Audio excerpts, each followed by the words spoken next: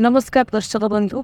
आज को इलेक्शन विषय किसी कहवाक जाऊँगी जे आम क्या भोट देवा किपर भोट देवा ईवीएम मेसीन कौन एवं क्या भोट देवा द्वारा आमर भविष्य ठीक रही विषय आम संक्षिप्त आलोचना करवा।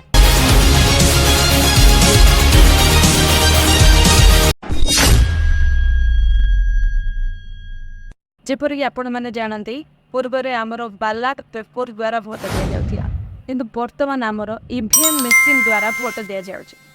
तो ईवीएम मेसीन द्वारा कि प्रकार भाव में भोट दि जाए तो चलते आम तार गोटे टेबल देखा।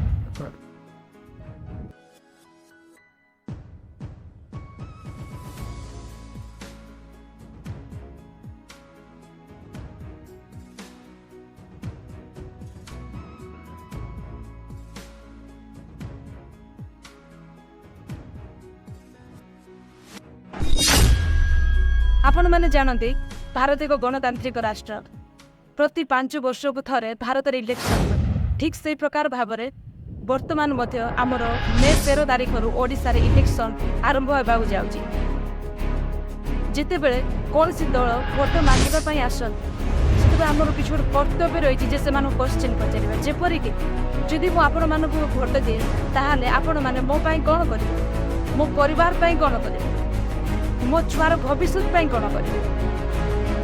प्रायतः 30 ରୁ 40% लोक मैंने भोट देवा आसते किंतु यही वर्ष आम चेष्टा करवा जे जो मैंने जानी ना से जनइबा से कन्भिन्स करवा जेपरिक से आसी भोट दे पारे।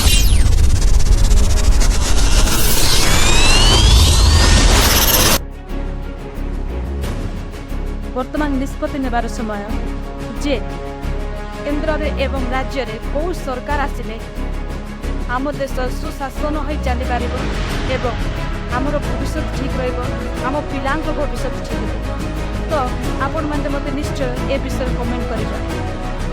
जय हिंद।